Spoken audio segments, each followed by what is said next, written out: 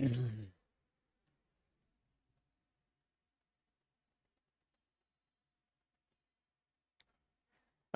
નમસ્કાર નમસ્કાર વિદ્યાર્થી મિત્રો, સ્વાગત છે આપ સૌનું વિદ્યાકુલના લાઈવ લેક્ચરની અંદર પેપર સોલ્યુશન માફ કરજો, પેપર સોલ્યુશન બોલાઈ જાય છે રિવિઝન લેક્ચરની અંદર, એટલે કે A1 બેચની અંદર. આજે આપણે શરૂઆત કરવાના છીએ ભાઈ બહેનો ચેપ્ટર નંબર 4, નાનું નમણું અને નાજુક એવું સરસ મજાનું ચેપ્ટર, સહેલું અને ચોથું. હવે પહેલું તો ન બોલી શકાય, હા કે એટલે સરસ મજાના લેક્ચરમાં આપ સૌનું સ્વાગત છે. આજના લેક્ચરમાં ચેપ્ટર નંબર 4 પુરવઠો એનું આપણે સોલ્યુશન કરવાના છે, જેના મોટા ભાગના ટોપિક્સ ત્રીજા ચેપ્ટરની સાથે મળતા આવે છે. ઓહો, વોટ્સઅપ એમ કે છે, હું એમ કહું છું ફેસબુક. ઓકે ચાલો, તો સરસ મજાનું સ્વાગત છે. કોઈ એમ કે છે કે પર લાગુ ગુરુજી, અરે પાવ લાગુ આવે કે પર લાગુ આવે, ને પાવ લાગુ આવે તો પછી હું એમ કહું ભાજી. ચાલો ચાલો, આવી ગયા છે બધા મિત્રો. અને તમને એમ થતું હશે કે સાહેબ તમે ઉપર કેમ જોવો છો? હવે એનું એક રાજ છે, આજથી બધા શિક્ષકો ઉપર જોશે. બરાબર, આમ દેખાય છે તમને લાગે કે સાહેબ હા હા હા હા હા આજ કેમ બધા ઉપર જોવે? કારણ કે હવે અમે તમને અહીંયાથી જોઈ શકીએ છીએ. હું ઉપર જોઉં છું એટલે તમે ઘરે કઈ રીતે બેઠા છો, કઈ રીતે વાંચી રહ્યા છો. લેક્ચરમાં જોતી વખતે કાનમાં ડટિયા ભરાવીને તમે ખાતા ખાતા ચમચી લઈને નથી જોતા ને? તમે વ્યવસ્થિત ચોપડીમાં ટેબલ ખુરશી નાખીને મસ્ત મસ્ત ભણો છો કે નહીં? એ અમે અહીંથી આમ જોઈશું. સંજયને જેવી વ્યાસજીએ દ્રષ્ટિ આપેલી એવી જ દ્રષ્ટિ અમને છે અહીંયાથી પ્રોવાઈડ કરવામાં આવી છે, એટલે ધ્યાન રાખજો. હવે પરીક્ષા આવવાની તૈયારી છે, અને જો ન વાંચ્યું તો વારો પડી જાય. અહીંથી સીધું જ મને દેખાય છે. જો તનિષા છે ને, જો એ ટેબલ ખુરશી પર બેઠી છે, જો કાનમાં ઇયરફોન નાખ્યા છે, જો ફોન આડો રાખેલો, જો જો જો જો નહીં લે હું તો આમ તો મજાક કરતો તમે.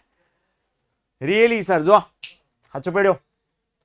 બરાબર, કોઈક સોફા ઉપર બેઠા હશે, કોઈ ખુરશીમાં, કોઈક એમને બેઠા છે હેઠે. બરાબર, અને આમાં અડધા છે દાંત કાઢતા હસતા છે, હે હે હે હે હે. જો અભિષેક કે હું સોફા પર છું, જો મને સોફા અહીંથી સોફાનું કપડું દેખાણું હતું મરૂન કલરનું. આહા,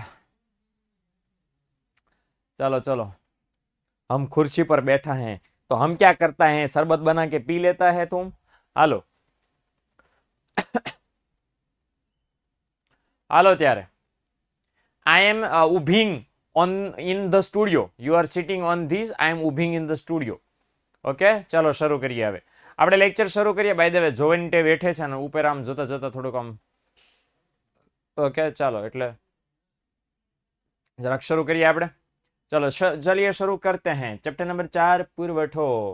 ઓકે, આજે આપણે શું શીખીશું? આજે આપણે આખો ચોથો ચેપ્ટર શીખીશું. ઓકે ચાલો, સૌથી પહેલા આપણે જોવાના છે ઉત્પાદન, પુરવઠો અને જથ્થાનો મતલબ શું છે ભાઈ. ઉત્પાદન, પુરવઠો અને જથ્થો. ઉત્પાદન કોને કહેવાય? ચોક્કસ સમયે ઉપલબ્ધ સાધનો દ્વારા જેટલા પ્રમાણમાં વસ્તુઓ છે ઉત્પન્ન થાય એને શું કહેવાય? ઉત્પાદન. એટલે ચોક્કસ જે સમય છે એટલા પ્રમાણમાં વસ્તુ સેવાનું જેટલું આપણે ઉત્પાદન કરીએ છીએ એને શું કહેવાય છે? ઉત્પાદન. અને બીજું, અને આ પણ એક વ્યાખ્યા છે, લખી શકો ઉપયોગિતા ગુણ ઉમેરવાની પ્રક્રિયા, એને શું કહેવાય? તુષ્ટિગુણ. એમ પણ લખી શકો વસ્તુમાં તુષ્ટિગુણનું સર્જન કરવાની પ્રક્રિયા, એને પણ શું કહેવાય? ઉત્પાદન. હે ને? એટલે તમે ઉપર જોવો છો તો થોડુંક અજીબ લાગે છે. હા ભાઈ, હા હા એ તો થઈ જશે. ઓકે, તો પુરવઠાની વાત કરીએ તો ચોક્કસ સમય અને કિંમતે ઉત્પાદક. ઉત્પાદનનો જે ભાગ વેચવાની ઈચ્છા શક્તિ અને તૈયારી દર્શાવે એને શું કહેવાય? પુરવઠો કહેવાય. તો અહીંયા વાત એ આપણને ખાસમ ખાસ કરવામાં આવી છે કે ઉત્પાદન છે એના ઉપરથી પુરવઠાની વ્યાખ્યા આપણે કરી છે. ભાઈ ચોક્કસ સમયની કિંમતે ઉત્પાદક. ઉત્પાદક એટલે કોણ? બનાવનાર કે વેચનાર. જેટલો ભાગ, જે ભાગ એટલે જેટલા એકમો વેચવાની ઈચ્છા શક્તિની તૈયારી દર્શાવતો એને આપણે બધા શું કહીએ છીએ? પુરવઠો કહીએ છીએ. અને ત્રીજી વ્યાખ્યા જથ્થાની છે. જથ્થો એટલે શું? કે જથ્થો એટલે વસ્તુના વેચાણક્ષમ, વેચી શકાય એવા, વેચવાની જ જવાના પણ વેચી શકાય એવા તૈયાર છે એ એકમોનું પ્રમાણ, ધેટ ઇઝ કોલ્ડ જથ્થો. ઓકે ચાલો, પુરવઠાની આપણે વાત કરી લે તો પુરવઠાની વ્યાખ્યા ઓલરેડી કહી દીધી છે. બરાબર, અને અહીંયા એક વાત કરી છે કે વેચવાની તૈયારી કોને કહેવાય? કે 500 ડબ્બા એની પાસે, વેપારી પાસે એઝ એ જથ્થો પડ્યા છે, પણ 500 ડબ્બામાંથી એકેય ડબ્બો એ માર્કેટમાં લાવવા તૈયાર નથી. બરાબર, પણ પછી ભવિષ્યમાં એમ થાય કે ભાઈ 500 માંથી 300 ડબ્બા લાવવા તૈયાર છે, તો માર્કેટમાં પુરવઠો કેટલો ડબ્બાનો કહેવાય? 300 ડબ્બાનો. ભલે એની પાસે 500 પડ્યા, 500 તો ગોડાઉનમાં છે. ગોડાઉનમાંથી કેટલા વેચવા લાવે છે? જેટલા વેચવા લાવે એને જ આપણે પુરવઠા તરીકે યાદ કરવાનો છે. વેચવાની શક્તિ કોને કહેવાય? બરાબર ને? તેલના ભાવ વધીને ડબલ થઈ જાય, 2200 ના 3200 થઈ જાય સીધા. માની લો કે 4400 થઈ જાય, અને મને એમ થઈ જાય 1000 ડબ્બા વેચી નાખું. પણ એ 1000 ડબ્બા વેચી નાખવા માટે મારી પાસે 1000 ડબ્બા હોવા જોઈએ. હોવા જોઈએ ને? તો છે 1000 ડબ્બા? ના રે ના. કેટલા છે? તો કે 20. તો 20 ડબ્બા છે મારી પાસે. તો મારી પાસે 20 ડબ્બા વેચવાની શક્તિ છે એમ કહેવાય. એટલે તમને વેચવાની ઈચ્છા કેટલી છે એમ નહીં. બરાબર, તમારી પાસે છે કેટલા પડ્યા છે એને કહેવાય શક્તિ. અને ઈચ્છા કોને કહેવાય? કે ભાઈ જ્યારે ભાવ તમારી ધારેલી કિંમતે આવે ત્યારે વેચવા તૈયાર છો તમે? બરાબર, વેચવા છે. બરાબર, તો એ ઈચ્છા કહેવાય. તો ઈચ્છા શક્તિની તૈયારી ત્રણેયમાં આ વસ્તુ ધ્યાનમાં લેવાની. અચ્છા, જરાક આપણે તફાવત જોઈ લઈએ. તો ઉત્પાદનનો જે ભાગ પ્રવર્તમાન કિંમતે વેચવાની ઈચ્છા ન હોય એને શું કહેવાય? જથ્થો. અને એ જથ્થાની પેલી જૂની વ્યાખ્યા છે એ પણ તમે ખાસ લખી શકો છો કે વસ્તુના વેચાણક્ષમ એકમોનું પ્રમાણ એટલે જથ્થો. પુરવઠાની પણ પેલી જે કોમન ટિપિકલ વ્યાખ્યા છે લખી શકો. ચોક્કસ સમયની કિંમતે ઉત્પાદક જે ઉત્પાદનનો જે ભાગ વેચવાની ઈચ્છા શક્તિની તૈયારી દર્શાવે એને શું કહેવાય? પુરવઠો. એ પણ તમે આની અંદર વ્યાખ્યા લખી શકો છો. અચ્છા, જથ્થાનો બીજો પોઈન્ટ શું થાય? જથ્થો પુરવઠા જેટલો કે વધુ હોઈ શકે પરંતુ ઓછો હોય નહીં. ઓકે, એટલે જથ્થો છે પુરવઠા કરતા જથ્થો છે પુરવઠા જેટલો હોય કે પુરવઠા કરતા વધુ હોય પણ પુરવઠા કરતા કોઈ દિવસ ઓછો હોય નહીં. સામે પક્ષે પુરવઠો જથ્થા જેટલો જ હોય પણ વધુ ન હોય. સાદી ભાષામાં જથ્થો વધુ, પુરવઠો છે એ ઓછો હોય. ઓકે, ઉત્પાદનની વાત કરી લો તો જથ્થો ઉત્પાદન કરતા વધારે ન હોય પણ પુરવઠો છે કુલ ઉત્પાદનથી વધારે હોઈ શકે છે. એટલે લખી નાખું છું જથ્થો વધુ અને અહીંયા પુરવઠો કેવો છે? ઓછો.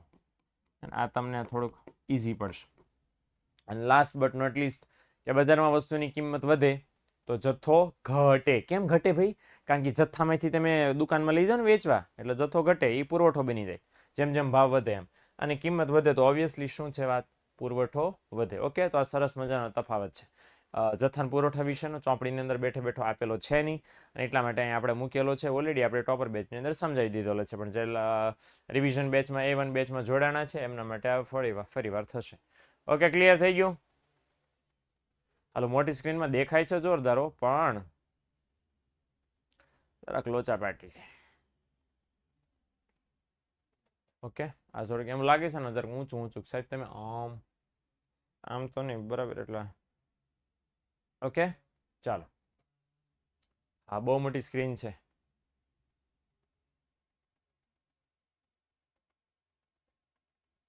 એટલું કે તમારા સોફા પર બેઠેલી માખી, બરાબર, એની બાજુમાં બેઠેલી માખી, બરાબર, એ બે એકબીજાને ઢીકા મારે છે એ મને દેખાય. બોલો લ્યો, એવડી મોટી સ્ક્રીન છે.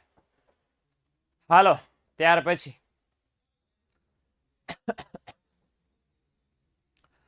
ઓકે, પુરવઠાને અસર કરતા પરિબળોની આપણે વાત કરીએ. 5 માર્ક્સ માટે પણ આ મોસ્ટ ટાઈમ બી છે, આ ધ્યાન રાખજો. અને બે પરિબળો છે, કિંમત અને કિંમત સિવાયના અન્ય, અને કિંમત સિવાયના અન્ય વળી પાછા 4 છે ભાઈઓ બહેનો. ઉત્પાદનના સાધનોની કિંમત, ટેકનોલોજીની કક્ષા, ભવિષ્યના આવવાની અટકળ અને અન્ય પરિબળો એટલે 1 અને અન્ય 4. ટોટલ કેટલા થાય? 5.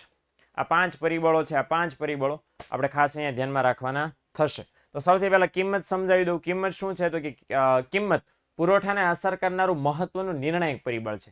ભાઈ શા માટે? કારણ કે કિંમત વધે તો વેપારીની નફાની શક્યતા વધે છે. માટે કિંમત વધતા એ પુરવઠો વધારવા પ્રેરાય છે, અને કિંમત ઘટતા વેપારી નફાની શક્યતા ઘટે છે. માટે કિંમત ઘટતા પુરવઠો ઘટાડવા પ્રેરાય છે. અને એટલા માટે કિંમત ઘટતા પુરવઠો ઘટે અને કિંમત વધતા પુરવઠો વધે. માટે કહી શકો કિંમત અને પુરવઠો વચ્ચે કેવો સંબંધ છે? સીધો ભાઈઓ બહેનો, સીધો સંબંધ છે, સીધો. ઓકે, કિંમત સિવાયના અન્ય પરિબળોની જો તમે વાત કરી લો તો ઉત્પાદનના સાધનોની કિંમતની આપણે વાત કરીએ છીએ. ઉત્પાદનના સાધનો છે એ કેટલા છે? 4. જમીન, મૂડી, શ્રમ, નિયોજક. જો ઉત્પાદનના સાધનોની કિંમત નીચી હોય તો ઉત્પાદનનો ખર્ચ નીચો આવે. ઉત્પાદનનો ખર્ચ નીચો આવે તો વસ્તુની કિંમત નીચી રાખી શકો. તો માટે ઉત્પાદન કેવું થાય? વધુ. તો પુરવઠો કેવો હોય? વધુ. સાદી ભાષામાં ઉત્પાદનના સાધનો જો સસ્તા હોય તો ઉત્પાદનનો ખર્ચ નીચો આવે. ઉત્પાદનનો ખર્ચ નીચો આવે, પરિણામ શું આવે? પરિણામ એ આવે કે ઉત્પાદન છે વધુ થતા પુરવઠો વધે. અને જો ઉત્પાદનના સાધનો મોંઘા હોય, એની કિંમતમાં વધારો થાય તો ઉત્પાદનનો ખર્ચ વધે. ઉત્પાદનનો ખર્ચ વધે ને પરિણામ શું આવે? પરિણામ સીધું સિમ્પલ છે. ઉત્પાદન મોંઘું થતા ઉત્પાદન શું કરવામાં આવે? ઓછું કરવામાં આવે. ઓકે, ચાલો. અને પછી ત્યાર પછી છે ટેકનોલોજીની કક્ષા. હંમેશા એવું કહેવાયું છે કે ટેકનોલોજીની કક્ષા જે છે એ ટેકનોલોજી, એક જ મિનિટ માફ કરજો, આ ઠંડી જરાક વિચિત્ર લાગે એ નહીં. હા, છોકરા એવું કહે છે કે સર તમે ઉપર જોવો છો ને તો જરાક અમને વિચિત્ર લાગે છે. ક્યાં ગઈ મિત્તલ? જેમ તમને હા એસી બંધ કરી દો ભાઈ, એસી ની બંધ થાય રાણો રાણાની રીતે.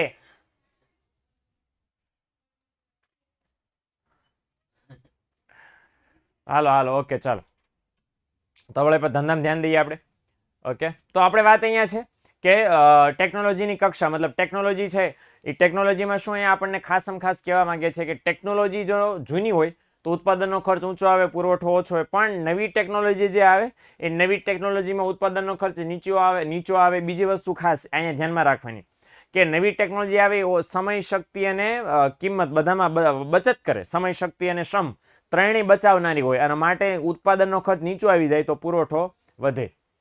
હે ને? એટલે કહેવાનો મતલબ એ છે કે ટેકનોલોજી જે છે એ ટેકનોલોજી નવી હોય તો ઉત્પાદનનો ખર્ચ નીચો હોય તો ઉત્પાદન વધતા પુરવઠો વધે, અને ટેકનોલોજી જૂની હોય તો ઉત્પાદનનો ખર્ચ ઊંચો હોય તેના કારણે પુરવઠો ઘટે. ઓકે, હાલો ભવિષ્યના ભાવની અટકળ અહીંયા ધ્યાનમાં લઈ લઈએ જરાક. માફ કરજો. તો ભવિષ્યના ભાવની અટકળ કઈ રીતે અહીંયા ધ્યાનમાં લેવામાં આવે છે? તો હાલો, આ વેપારી છે જ્યારે વસ્તુ દુકાનમાં વેચવા બેસે છે ને એના ભવિષ્યમાં એવી અટકળ વર્તમાનમાં એવી અટકળ સંભળાય કે ભવિષ્યમાં વસ્તુની કિંમતમાં વધારો થવાનો છે. તો વેપારી શું કરે? વર્તમાન સમયમાં પુરવઠો ઘટાડે.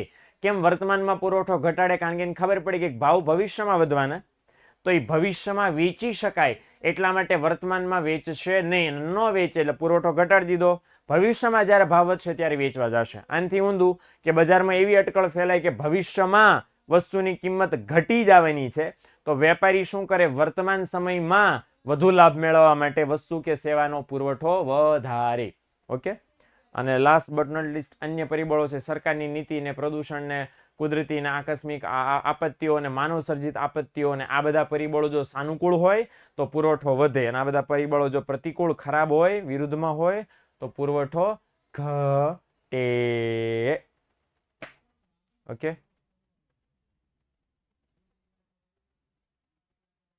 સીસીટીવી એક્ઝામ્પલ વાળું ખાંડ વાળું, હા દ્રષ્ટિ એટલા માટે અત્યારે નથી આપ્યું કારણ કે we have also very loss લાઇનની ટાઈમ.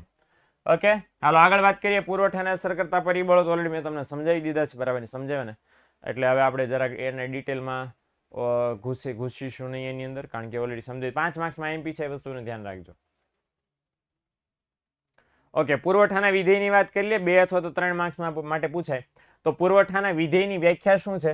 તો યાદ રાખજો કે પુરવઠા ઉપર અસર કરતા પરિબળોની ગાણિતિક રજૂઆત, એને આપણે શું કહીએ છીએ? પુરવઠાનો વિધેય. એને શું દર્શાવે છે?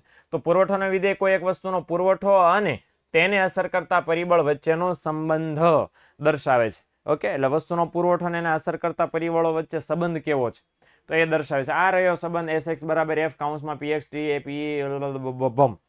ઓકે, તો કહેવાનો મતલબ એ છે કે અહીંયા SX એટલે શું? કોઈ X નામની વસ્તુનો પુરવઠો છે. F બોલે તો ફંક્શન.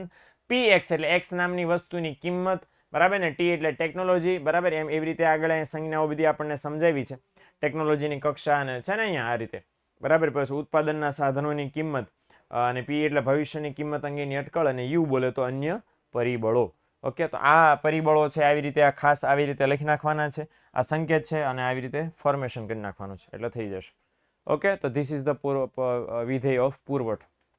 હાલો આગળ સમજીએ. પુરવઠાનો નિયમ 5 માર્ક્સ માટે ખાસ અગત્યનો છે. તો શું એ વાત કરી છે કે અન્ય પરિબળો યથાવત રહે તો, બરાબર ને? અન્ય પરિબળ બોલે તો કયા? તો અન્ય પરિબળ એટલે કિંમત સિવાયના. તો કિંમત સિવાયના જેટલા પણ અન્ય પરિબળો છે, જે છે 4. ઓકે, તો એ વસ્તુની કિંમતમાં વધારો થતા એના પુરવઠાનું શું થાય? વિસ્તરણ. અને કિંમત ઘટતા પુરવઠાનું શું થાય? સંકોચન. એટલે વધારો થતા વિસ્તરણ થાય, ઘટાડો થતા સંકોચન થાય. ઓકે, અને આથી કહી શકો ભાઈઓ બહેનો, કિંમત અને પુરવઠા વચ્ચે કેવો સંબંધ છે? ધન સંબંધ છે. એટલે કે સીધો ભાઈ બને સીધો સંબંધ છે. ઓકે, ધારણાઓ છે જેમ આપણે માંગના નિયમમાં લખીએ તેમ સેમ પુરવઠાના નિયમમાં કે બધા જેટલા પણ અન્ય પરિબળો છે પુરવઠાને અસર કરનારા કિંમત સિવાયના અન્ય, આ બધા અન્ય પરિબળોને કેવા રાખવાના છે? સ્થિર છે. ભાઈ બધું જ સ્થિર છે ભાઈઓ અને બહેનો. ઓકે, ચાલો ત્યારે. અને હવે જોઈએ અનુસૂચિ. ઓકે, તો અનુસૂચિ શું છે? તો અનુસૂચિ કે કોઈ વેપારી કે ઉત્પાદક છે એ પર્ટિક્યુલર કોઈ એક સમય અલગ અલગ કિંમતે વસ્તુનો કેટલો પુરવઠો બજારમાં વેચવા માટે મૂકે છે એ દર્શાવતી યાદીને શું કહેવાય? પુરવઠાની અનુસૂચિ. અને હિયર ઇટ ઇઝ ધ અનુસૂચિ. અનુસૂચિમાં આંકડા ગોખવાનો કોઈ દી નથી. યાદ રાખજો કે પુરવઠો છે, કિંમત અને પુરવઠા વચ્ચે સીધો સંબંધ છે. તો કિંમત વધે તો પુરવઠો પણ વધવો જોઈએ, કિંમત ઘટે તો પુરવઠો પણ ઘટવો જોઈએ. અહીં જોઈ લો.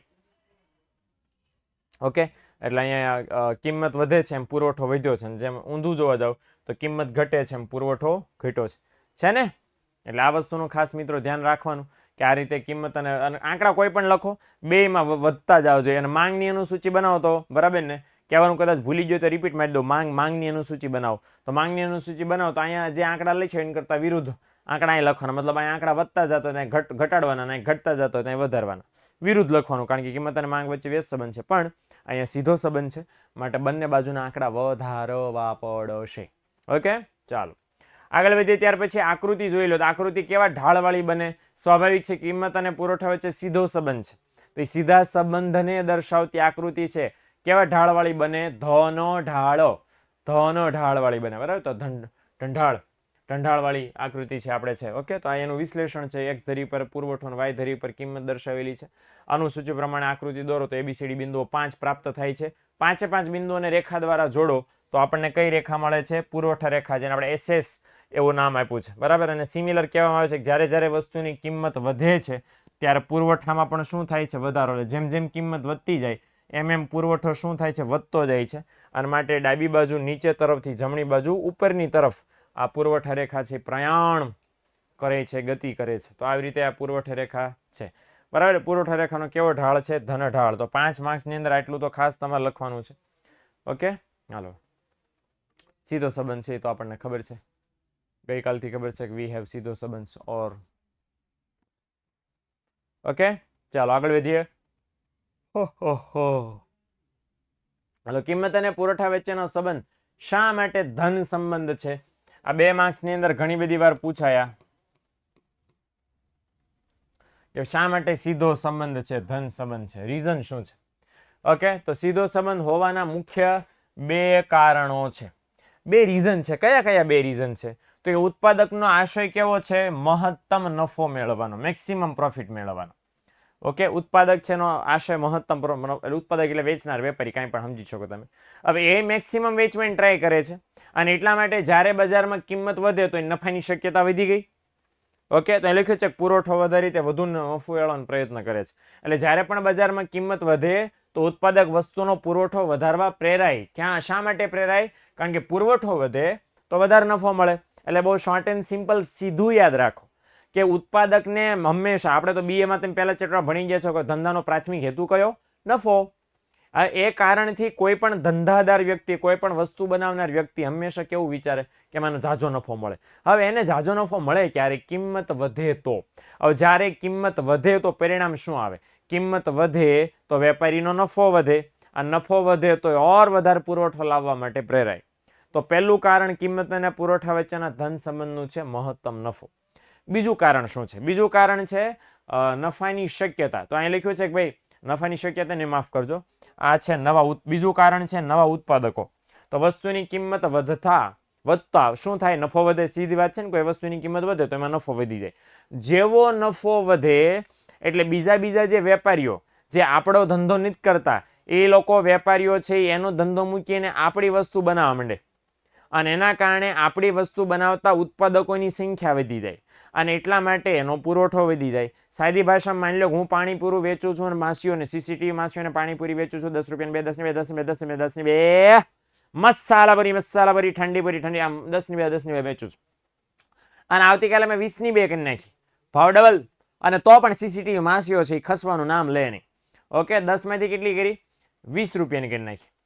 હવે જોઈ લો કે 10 રૂપિયામાંથી 20 રૂપિયાની કરી નાખી તો પણ કોઈ માસી ઓછા નથી થતા, મતલબ ભાવ વધ્યા તો નફો મારો કેવો થઈ ગયો? ડબલ. હવે મારો નફો ડબલ જોઈને રીંગણા ને ટમેટા ને વેચવા વાળા ભાઈઓને લાગ્યું કે હાલે લે આ તો ડબલ નફા કમાવા માંડ્યા ભાઈ, એટલે એ લોકો આવતીકાલે રીંગણા બટાકા મૂકી શું લઈ આવશે? એ પાણીપુરી લઈ આવશે. હવે માની લો કે અત્યાર સુધી હું 2000 પાણીપુરી લાવીને વેચતો હતો, પણ એ લોકો એ લાવે ને 1000, તો અત્યાર સુધી 2000 પાણીપુરીનો પુરવઠો બજારમાં હતો, ઓલા 2000 લાવ્યા તો કેટલી પાણીપુરી થઈ ગઈ? 4000 પાણીપુરી થઈ ગઈ. કોની વધારે વેચાશે એ તો રામ જાણે, પછીની વાત છે, પણ અત્યારે વધી ગઈ. સમજણ પડી? હવે શા માટે 4000 પાણીપુરી વધી ગઈ? રીઝન સિમ્પલ હતું કે એકનો નફો વધ્યો, એને જોઈને બીજા આવ્યા અને બીજા પુરવઠો લાવ્યા, હે ને? તો પછી એ પણ બોલશે ને 20 એ બોલશે ને, એ લોકો સ્વાભાવિક છે બોલશે. માસીઓને પોતાની રેકડી તરફ ખેંચવાનો પ્રયત્ન કરશે અને એને પણ પોતાની પાણીપુરી વેચશે 20 ઓકે, મસાલા પૂરી. હાલો ત્યારે આગળ વધીએ. તો આ ધીસ ઇઝ ધ બે કારણ જેના લીધે ભાઈ બહેનો કિંમત અને પુરવઠા વચ્ચે કેવો સંબંધ છે? સીધો સંબંધ છે. ક્લિયર થઈ ગયો? સજમાઈ ગયો? હાલો હાલો હાલો જો અડધા તો રમે તો સડી ગયા છે. ટીવી જોતા જોતા લેક્ચર જો તો કોણ હતો? ધ્યાન દે, અહીંયા નામ નહીં દેતું, નકર પછી તમે એમ કહેશો સાહેબ નામ લઈને તમે ઇજ્જત ન કાઢો, એટલું નામ નહીં. ટીવી નહીં જોવાનું અહીંયા. ક્યારના મારા દીકરાઓ, મેં 2 જણાનું બહાર મહેમાન હોલમાં બેઠા ત્યાં ધ્યાન છે. બાણુબેન કરીને અહીં ધ્યાન દે ભાઈ. હું જોવે મને થોડી ખબર પડે હું જોવે છે એ મારા દીકરા. એટલું બધું ઇન્વેસ્ટિગેશન ન કરો. ટીવી શરૂ થાય, ટીવી દેખાય છે અહીંયા, બરાબર, એનો પ્રકાશ આવે છે અહીં સીધો. આંખમાં પ્રકાશ એટલો બધો આવે છે ધોળો ધોળો, એટલે નક્કી કંઈક એવોર્ડ બેવોર્ડ કંઈક જોતા હશે. એમાં તો ઝગઝગાટા હોય ને બધું. હા બરાબર, એટલો બધો પછી નંબર છે દૂરના પછી, એટલે એવું કઈ ભેગું નહીં થાય. પણ એવું છે ઘણા 2-3 જણા જો ધ્યાન નહીં દેતા. અહીંયા ચોપડી નથી, 4 જણાના ચોપડી નથી. લાવ ચોપડી. કેમ ચોપડી વગેરે બેઠા છો? રિવિઝન કરવા બેઠા છો ને ચોપડી વગેરે બેઠા છો મારા દીકરાઓ. દર્શી એમ કે છે કે વિડીયો ઓન કરાવી. વિડીયો ઓન કરવાની જરૂર, વિડીયો ઓન જ છે, મને લાઈવ દેખાય છે, હું વિડીયો ઓન કરાવું? હાલો સર, તમે ભવિષ્યવાણી કરો છો? નહીં, ભવિષ્યવાણીનું વર્તમાન વાણી કરી રહ્યો છું અત્યારે. મને તમને દેખાય છે તો ઉર્વી દેખાય જ નહીં બેટા, દાંત કાઢે જ બેઠા. લે હાલો, એ કે તમને દેખાય છે? દેખાય જ ને. તમને કેમેરા નહીં, તમારા ફોનમાં કેમેરા છે ને, સેલ્ફી કેમેરા, એમાંથી હું તમને જોઉં છું અત્યારે. ગાપા મારે. લે પ્રણવને તો એમ જ છે ને કે ગાપા મારતા હશે. છાનમાનો રે, એ તો મેં હમણાં કીધું તો કેવો પલોઠી વાળીને બેસી ગયો તો. હાલો ચાલો આગળ વધીએ આપણે.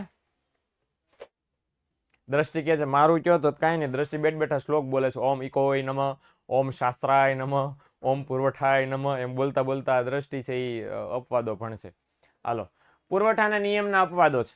તો પુરવઠાના નિયમના 2 અપવાદો છે. પેલું છે અલભ્ય વસ્તુ અને બીજું છે નાશવંત વસ્તુ. એક સરસ મજાનું એક પેલું કન્ટેન્ટ છે અને કન્ટેન્ટની એક મટીરિયલ છે ને, એમાં 3 અપવાદો આપ્યા છે. ભાડે 3 અપવાદ લખ્યા, ચોપડીમાં 2 આપ્યા છે તો 2 જ લખવાના છે. ખોટું દોઢું ડાયું નથી થવાનું. ઓકે, હવે નાશવંત વસ્તુ કઈ રીતે પુરવઠા નિયમ એને લાગુ નથી પડતો? તો પહેલી વસ્તુ એ કે ભાઈ અલભ્ય વસ્તુ, નાશવંત વસ્તુ ની માફ કરજો. તો અલભ્ય વસ્તુમાં શું પ્રોબ્લેમ છે ભાઈ? તો અલભ્ય વસ્તુ એટલે કેવી? પહેલા તો એ જરાક જોઈ લો. આટલી બધી આને અલભ્ય વસ્તુ કહેવાય. તો વહી ગઈ જો સીધી. આ બધી અલભ્ય વસ્તુ કહેવાય. આના કાંઈ મોટા પાયે ઉત્પાદન થાય ને એની કે પ્રોડક્શન ફેક્ટરી ન હોય. અત્યારે તો બિલકુલ નથી. હજારો વર્ષ પહેલાની બધી કલાકૃતિઓ ને એવું બધું છે. અને માટે છે આ વસ્તુનું ઉત્પાદન વર્તમાન સમયની અંદર શક્ય નથી, બિલકુલ શક્ય નથી. કારણ એવું છે, કારણ કે આ ખોદકામ દરમિયાન મળી આવી હોય. હે ને? હવે આ બધી વસ્તુઓ એન્ટિક પીસ કહેવાય. અને આ જો પ્રાચીન કાળના સિક્કા, કલાકૃતિ, હસ્તપ્રતો નમૂનાના બધું. હવે આ બધી વસ્તુ છે એની કિંમત ગમે એટલી વધે, તમે પુરવઠો વધારી શકો નહીં. કારણ કે આ સિક્કો જે મળી આવ્યો છે હડપ્પાનો, એક જ છે આપણી પાસે. હવે આના કોઈ 1.5 લાખ કે 1.5 કરોડ કે તમારી પાસે આવો બીજો સિક્કો છે નહીં, બનાવી ન કરો. મે બી આવો બનાવવા જાવ ભાવે ન આવે, કારણ કે બનાવો ત્યારે અત્યારે બનાવીને કઈ વેલ્યુ નથી. જૂના જમાનાનું હોય તો જ એની વેલ્યુ છે. ક્લિયર થઈ ગયું? અને એટલા માટે અહીં ખાસ સમજવાનું કે કિંમતમાં ગમે એટલો ફેરફાર થાય છતાં પુરવઠામાં કોઈ ફેરફાર ન થતો હોય તો એ વસ્તુને અલભ્ય કે દુર્લભ વસ્તુ કહેવાય. અને આ વસ્તુની કિંમતમાં ગમે એટલો વધારો થાય, ઉત્પાદન શક્ય નથી. જો લખ્યું છે કે આ વસ્તુનું અત્યારે વર્તમાન સમયમાં ઉત્પાદન શક્ય નથી. ઉત્પાદન શક્ય નથી તો પુરવઠો ન વધારી શકાય. પુરવઠો ન વધારી શકાય તો પુરવઠા નિયમનો અપવાદ બને નહીં. ક્લિયર થઈ ગયું? ઓકે, તો આ પહેલો અપવાદ છે. એટલે બીજો વસ્તુ છે અપવાદ છે. બીજી વસ્તુ અને છે નાશવંત વસ્તુ. તો નાશવંત વસ્તુનો લાંબા સમય સુધી સંગ્રહ કરી શકાતો નથી અને તેથી એ નાશવંત વસ્તુના ભાવ ઘટે તો પણ પુરવઠો છે એ ઘટે નહીં. ઓકે, તો આ બધું તમે જોઈ શકો છો. આ બધી નાશવંત વસ્તુઓ છે. વાપરો ન વાપરો, સમયના ટૂંકા ગાળામાં નાશ પામે. તો અહીંયા આપણને કહેવામાં આવ્યું છે કે ભાઈ નાશવંત વસ્તુ લાંબા સમય સુધી ન સંગ્રહ કરી શકાય, વેપારીએ વેચી જ દેવી પડે. સપોઝ કોઈ વેપારી વસ્તુ વેચવા બેઠો છે ને એને એવું લાગ્યું કે મને પૂરતા ભાવ નથી મળતા, તો વેપારી એમ ન કહીએ કે ભાઈ ના હું એને 2 મહિના પછી 1 મહિના પછી વેચીશ. કેમ હું? કારણ કે 1 મહિના પછી આ રે નાશવંત વસ્તુ બધી અરે કાયલ નથી રહેવાની. એને નીચા ભાવ ઘટે તો વેચી જ દેવું પડે. પુરવઠો ન ઘટાડી શકે. મેં રીંગણાવાળું ઉદાહરણ આપ્યું તો તમને ચોથું ચેપ્ટર ભણાવતી વખતે કોઈ ખેડૂત છે ને રીંગણા એને ઉતાર્યા છોડવા ઉપરથી, બરાબર. માર્કેટમાં વેચવા લઈ ગયો, રીંગણાના ભાવ સારા ન મળે, છોડવે ચોંટાડીએ કે પાછા બજારમાં જ પુરવઠો પાછો લઈ શકે? બિલકુલ નહીં. એણે વેચી દેવા પડે, વેચી જ દેવા પડે, સ્વાભાવિક છે, નહીંતર બગડી જાય. હે ને? એટલે નાશવંત વસ્તુનો પ્રોબ્લેમ શું છે કે નાશવંત વસ્તુને લાંબા સમય સુધી સંગ્રહ ન કરી શકાય, એટલે એના ભાવ ઘટે તો પણ પુરવઠો ન ઘટે, વેપારી વેચી જ દેવું પડે. હે ને? હા, જો કે તમે હમણાં કોઈ કોમેન્ટમાં દોઢું થયું જ કે સર પેલી કોલ્ડ સ્ટોરેજ છે, તો આધુનિક સમયમાં કોલ્ડ સ્ટોરેજમાં તમે સાચવી શકો છો, અને એટલે તો પછી અપવાદ ન બને. પણ જો કોલ્ડ સ્ટોરેજની સુવિધા નથી, બધે તો નથી જ બિલકુલ, અને એટલા માટે બધે નથી, તો પછી જ્યાં નથી ત્યાં નિયમ લાગુ પડે ને. હે ને? ઓકે, ચાલો આગળ વધીએ. ત્યારબાદ વ્યક્તિગત પુરવઠો અને બજાર પુરવઠો. કોને કહેવાય વ્યક્તિગત પુરવઠો? કોઈ ઉત્પાદક કે પેઢી દ્વારા બજારમાં ચીજ વસ્તુની જુદી જુદી કિંમતે વેચવા માટે મૂકવામાં આવે, અને કેવો પુરવઠો કહેવાય? વ્યક્તિગત પુરવઠો કહેવાય. ઓકે, તો એ ઉત્પાદક કે પેઢી એક જ. આપણે મેઇન શબ્દ કયો છે આવી આખી વ્યાખ્યાનો? આ એક. બરાબર ને? કોઈ એક વેપારી પેઢી બજારમાં જે વસ્તુ સેવા કિંમત વેચવા માટે આવે અને વ્યક્તિગત પુરવઠો કહેવાય. તો ભાઈ બજાર પુરવઠો કોને કહેવાય? અનેક ઉત્પાદક, અનેક નહીં પણ આપણે એમ કહી શકીએ બધા જ. ઓકે, તો જે કિંમતે બધા જ ઉત્પાદકો વસ્તુનો સેવાનો પુરવઠો બજારમાં મૂકે છે એને શું કહેવાય છે? બજાર પુરવઠો કહેવાય છે. ઓકે, તો જે સમય અને કિંમતે આ જે ઉત્પાદકોનો, જેટલા પણ માર્કેટમાં ઉત્પાદકો હોય એ બધા ઉત્પાદકો દ્વારા વસ્તુનો જેટલો પુરવઠો બજારમાં મૂકવામાં આવે ને કેવો પુરવઠો કહેવાય? બજાર પુરવઠો કહેવાય. તો આ વ્યક્તિગત અને બજાર છે.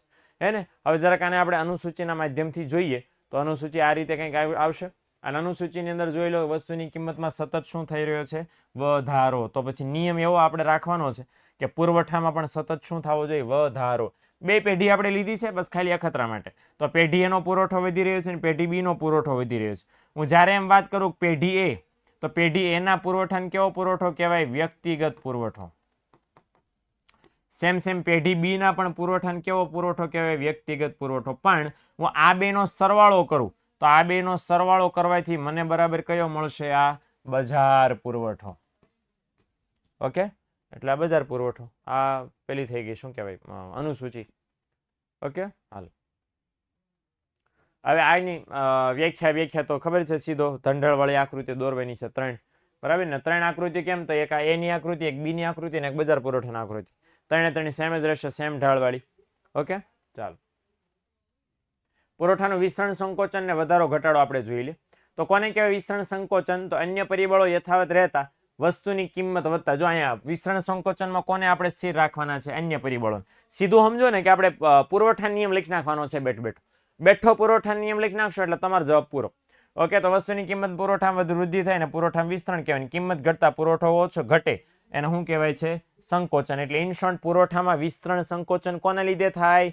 કિંમતના લીધે થાય. કોના લીધે? કિંમતના લીધે થાય છે. આ બાબત ધ્યાન રાખજો. અનુસૂચિ પણ એ પ્રમાણે આપણે રાખી છે 50, 60, 70, 80 પુરવઠો વધે છે તો અહીંયા પણ સોરી કિંમત વધે છે, પુરવઠો વધે છે. હવે કઈ રીતે વિસ્તરણ સંકોચન દર્શાવવાનું? કે અહીંયા કિંમત 70 માં ઘટીને 50 થઈ તો પુરવઠો પણ 600 માં ઘટીને 400 અને 400 માં ઘટીને કેટલો થયો? 200. સિમિલરલી જોવા જાવ તો કિંમત વધીને 70 માંથી 80 ને 80 માંથી 90 થઈ તો પુરવઠો પણ 600 માંથી વધીને 800 ને 800 માંથી વધીને 1000 થયો. આવી રીતે દર્શાવજો. ઓકે, એટલે માર્ક્સ નહીં કપાય. તો કિંમત ઘટે તો પુરવઠો ઘટ્યો અને કિંમત વધી તો પુરવઠો પણ વધ્યો. હવે આને આપણે આકૃતિ દ્વારા દર્શાવીએ તો આવી રીતે સિમિલર દર્શાવી શકીએ. બરાબર ને? કે ડાબી બાજુ નીચે તરફ શું થાય છે? સંકોચન. અને જમણી બાજુ ઉપરની તરફ શું થાય છે? વિસ્તરણ. બરાબર, તો આવી રીતે વિસ્તરણ સંકોચનને તમે દર્શાવી શકો છો પુરવઠા રેખા ઉપર. હે ને? ચાલો આગળ વધીએ. પુરવઠામાં વધારો ઘટાડાની જરાક આપણે વાત કરી લઈએ છીએ. પુરવઠામાં વધારો ઘટાડો કોને કહેવાય? ભાઈ અહીંયા કોને આપણે સ્થિર રાખવાની છે? કિંમત. તો કિંમત સ્થિર રહેતી હોય તો કોના કારણે વધારો ઘટાડો થાય? તો કે અન્ય પરિબળોમાં ફેરફાર થવાથી વધારો ઘટાડો થાય. એટલે જો વસ્તુની કિંમત સ્થિર રહે અને અન્ય પરિબળમાં ફેરફાર થવાથી જો પુરવઠો વધે તો એને પુરવઠાનો શું કહેવાય? વધારો. અને અન્ય કિંમત સ્થિર અને અન્ય પરિબળના કારણે પુરવઠો ઘટે તો એને શું કહેવાય? ઘટાડો. એટલે ઇન શોર્ટ વિસ્તરણ સંકોચન કિંમતના લીધે થાય, વધારો ઘટાડો અન્ય પરિબળના કારણે થાય. હે ને? ચાલો આગળ વધીએ. ત્યાર પછી અનુસૂચિ જોઈ લો. અનુસૂચિમાં આપણે અહીં લખ્યું છે કિંમત સ્થિર છે. તો દરેક વખતે કિંમત કેવી રાખી છે? સ્થિર. અને એટ એ ટાઈમ અહીંયા જોઈ લો સફરજનનો બધા પુરવઠામાં સતત અને સતત શું થયો છે? વધારો થયો છે ને? વધારો. એટલે આ રીતે છે સતત ને સતત વધારો આપણને ખાસમ ખાસ જોવા મળ્યો છે. અને આ રીતે છે, આમાં તમે કઈ રીતે વધારો ઘટાડો દર્શાવો તો સિમ્પલ છે. 300 માં 200 ને 200 માં 100 થયા તેને શું કહેવાય? ઘટાડો. 300 માં 400 ને 400 માં 500 થયા તેને શું કહેવાય? વધારો. ઓકે, એટલે આ ક્લિયર છે વસ્તુ. ચલો આગળ વધશું આપણે. આની આકૃતિ દોરશું અને આકૃતિમાં બહુ સરસ આપણે કે ભાઈ પુરવઠા રેખા છે, બરાબર. આ મૂળ પુરવઠા રેખા છે. હવે પુરવઠામાં જો ઘટાડો થાય તો શું થાય? પહેલા વધારીને આપણે જોઈ લઈએ. તો આ પુરવઠાનો વધારો છે, બરાબર. આ પુરવઠાનો ઘટાડો છે. Okay, done. તો હું જરાક ફરી વાર એનિમેશન કરવું પડશે. આ બાજુ શું થયું? જમણી બાજુ વધારો થયો. આ બાજુ શું થયું? ઘટાડો. આ બરાબર ને? આ કઈ બાજુ થઈ? ડાબી બાજુ. ઓકે, અને આ કઈ થઈ? જમણી બાજુ. આ શું કહેવાય? જમણી બાજુ વધારો.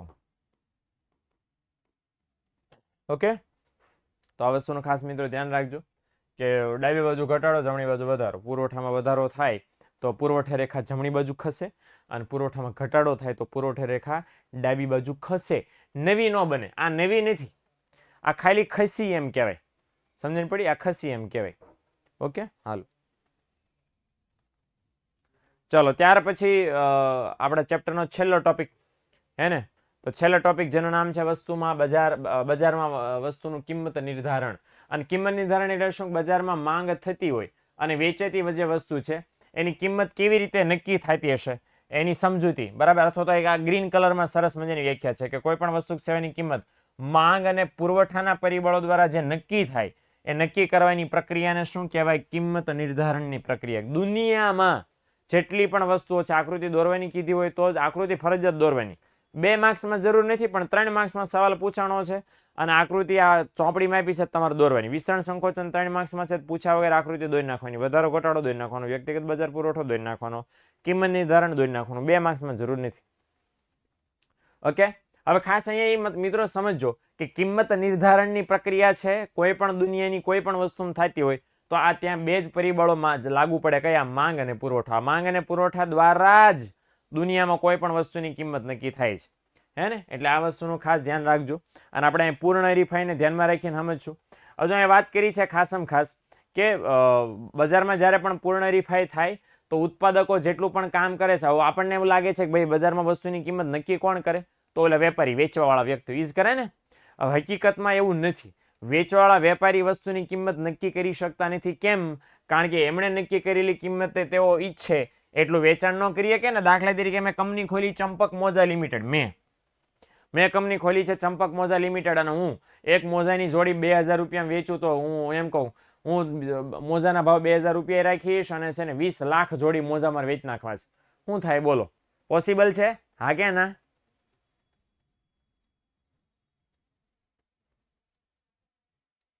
જલ્દી જલ્દી જલ્દી. પ્રભુ, મારું મોઢું એમ કે છે કે ભાઈ આવું હું લેવું બોલ્યો એટલે છીંક આવી, કાઢ નાખી. આ વાત કાઢ નાખી મારા મોઢાએ. મારા મોઢામાંથી વાત કાઢ નાખી. છી, આવી વાત તો ભાઈ ઇમ્પોસિબલ છે. બિલકુલ ને. શા માટે? કારણ કે હું મારી રીતે કિંમત નક્કી કરું અને પછી હું એમ ઈચ્છું કે ભાઈ વધારે વેચાણ થાય પોસિબલ નથી ને. કારણ કે ગ્રાહકો એના કંટ્રોલમાં નથી. ગ્રાહકોને કિંમત નહીં પોસાય તો નહીં લે, સ્વાભાવિક છે, હે ને? એટલે કહેવાનો મતલબ શું છે કે વેપારી એમ ઈચ્છે કે હું કિંમત નક્કી કરું અને ધારુઈ કિંમત નક્કી કરું અને પછી ઊંચી કિંમતે ઊંચું વેચાણ કરવું પોસિબલ નથી. ઓકે, ગ્રાહકો પણ ત્યાં જરૂરી છે. એટલે ઇન શોર્ટ પ્રવર્તમાન કિંમત એટલે બજારમાં જે કિંમત છે એ ઊંચી કિંમતે કેટલી વસ્તુ ખરીદશે, નીચી કિંમતે કેટલી વસ્તુ ખરીદશે એ ગ્રાહકો એમની માંગ દ્વારા નક્કી કરે છે. અને ગ્રાહકો માંગ ન કરે તો વેપારીએ ડીમ કિંમતમાં શું કરવો પડે? ઘટાડો. મારે 2000 રૂપિયાના 200 રૂપિયા મોજાના કરવા પડે. 200 રૂપિયામાં કોઈ લેવા ન આવે તો 100 રૂપિયામાં કરવા પડે તો જ ગ્રાહકો આવે ને પછી જ કિંમત. તો તમે 2000ના 100 રૂપિયા કર્યા એટલે કિંમત નક્કી થઈ. તમે કેમ 100 રૂપિયા કર્યા? તમે વેપારી. તમે 100 રૂપિયા કોને લીધે કર્યા? ગ્રાહકને લીધે. વેપારી ગ્રાહક ભેગા થઈ ગયા, માંગ અને પુરવઠો આવી ગયા, ખતમ થઈ ગઈ વાત. એટલે જ્યાં જ્યાં બે ભેગા થાય છે પરિબળો ત્યાં જ વસ્તુની કિંમત નક્કી થાય છે. એટલે ઇન શોર્ટ યાદ રાખજો, MCQમાં બહુ બધી વાર પૂછાયું છે અને પૂછાશે. માંગ અને પુરવઠો સંયુક્તપણે બજારમાં વસ્તુ સેવાની કિંમત નક્કી કરે છે. અને સંયુક્તપણે એટલા માટે કારણ કે એક પરિબળ નથી. માર્શલ દાદાએ બહુ સરસ મજાનું ઉદાહરણ કાતરના પાના દ્વારા સમજાવ્યું છે. આનું જરાક ઈધર આવી જાવ, બરાબર ને? બરાબર. હું અહીંયા લઈ જાઉં છું. બરાબર. જો કાતર મારું કાંઈ નહીં કાપી શકે. જોઈ લો અહીંયા. બરાબર. મારા માથાનો એક પણ વાળ કાતરની હેસિયત નથી કે કાપી શકે. સર સોના 3 જોડી મળે. 100 દિવસથી ટકતા નહીં પાછા, એવું થાય. સોના 3 જોડી. હવે જો અહીંયા ધ્યાન આપો તો આ માર્શલ દાદાએ કાતરનું શું ઉદાહરણ આપ્યું છે? તો માર્શલ દાદા એવું કીધું છે કે માંગ અને પુરવઠો સંયુક્ત રીતે કામ કરી શકે. એટલે શું? એટલે પર્ટિક્યુલર આવા કાંઈ ઊભી તો નહીં રહે, એટલે હું વચ્ચે કંઈ નાખીશ નહીં હાથ બાદ, પણ સમજી લો કે કાતર કોઈ વસ્તુ કાપે ક્યારે, એનું નીચેનું પાનું અને ઉપરનું પાનું બંને એક સાથે સંયુક્ત રીતે કામ કરે તો. અવાજ નહીં થતો. આ લે અવાજ નહીં થતો. હાલો હાલો, આમાં તો આવે છે. હાલો હાલો હાલો હાલો હાલો, હવે આવ્યો? હાલો હાલો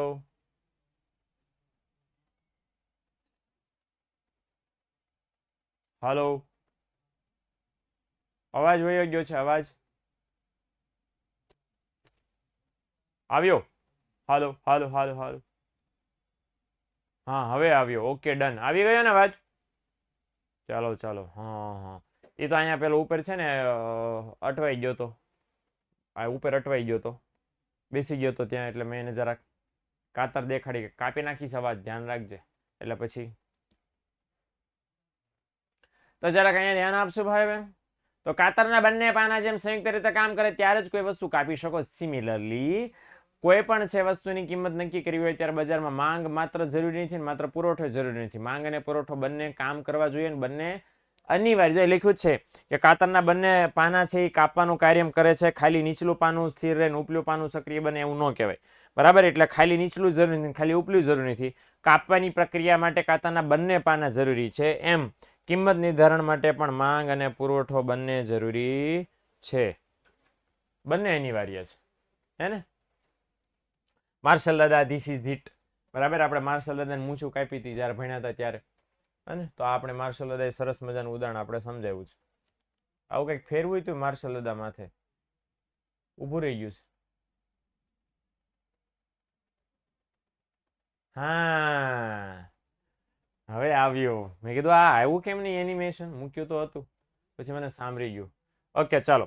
બીજી વસ્તુ એમણે ખાસ આપણને વાત કરી કે અમુક કિંમતે બજારમાં વસ્તુની કુલ માંગ અને પુરવઠો સરખા થાય ત્યારે બજારમાં પેઢીની શું છે એમ કહેવાય? સમતુલા. ક્યારે સમતુલા છે એમ કહેવાય? એમસીક્યુમાં ઘણી બધી વાર પૂછાય છે કે માંગ અને પુરવઠો બે કેવા થાય? સરખા. સરખા હોય ત્યારે બજારમાં સમતુલા સ્થપાય. અને બહુ રેરલી સમતુલા સર્જાય, કારણ કે માંગ અને પુરવઠો સરખા થાય એવું મોસ્ટ ઓફ બનતું નથી.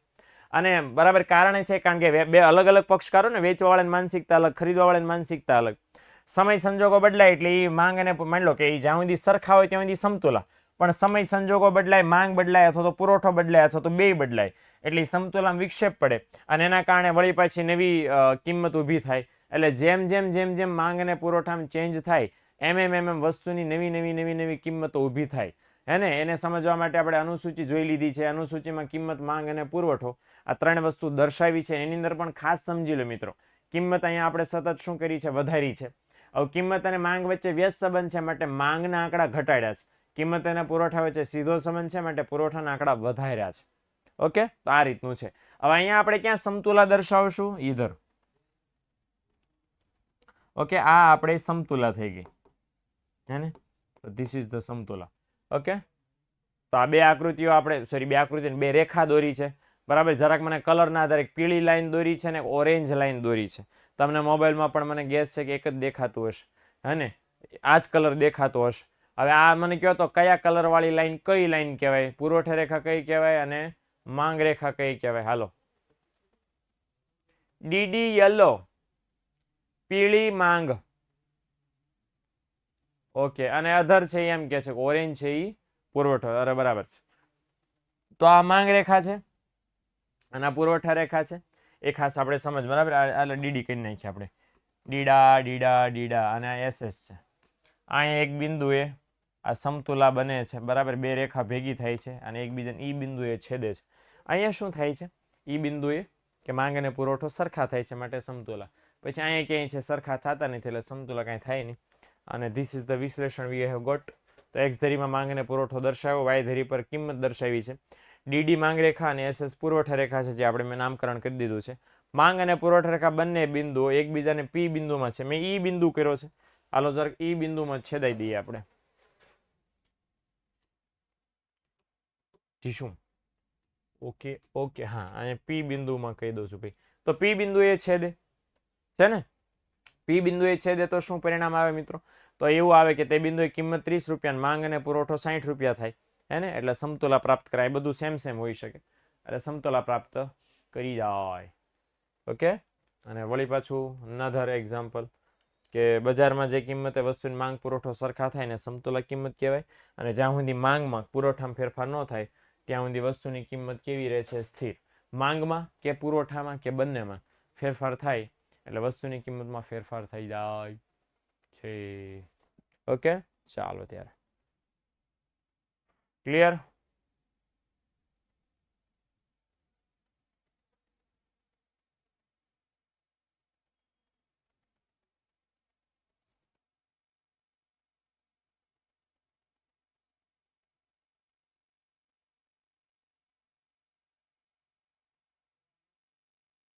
ઓકે, તો ચાલો મળીએ આવતીકાલે વળી પાછા 5મા ચેપ્ટરનું રિવિઝન લઈને, આ ઉત્પાદન અને ખર્ચના ખ્યાલો. ઓકે, ચલો મળીએ, આવજો, Tata, bye bye, C you.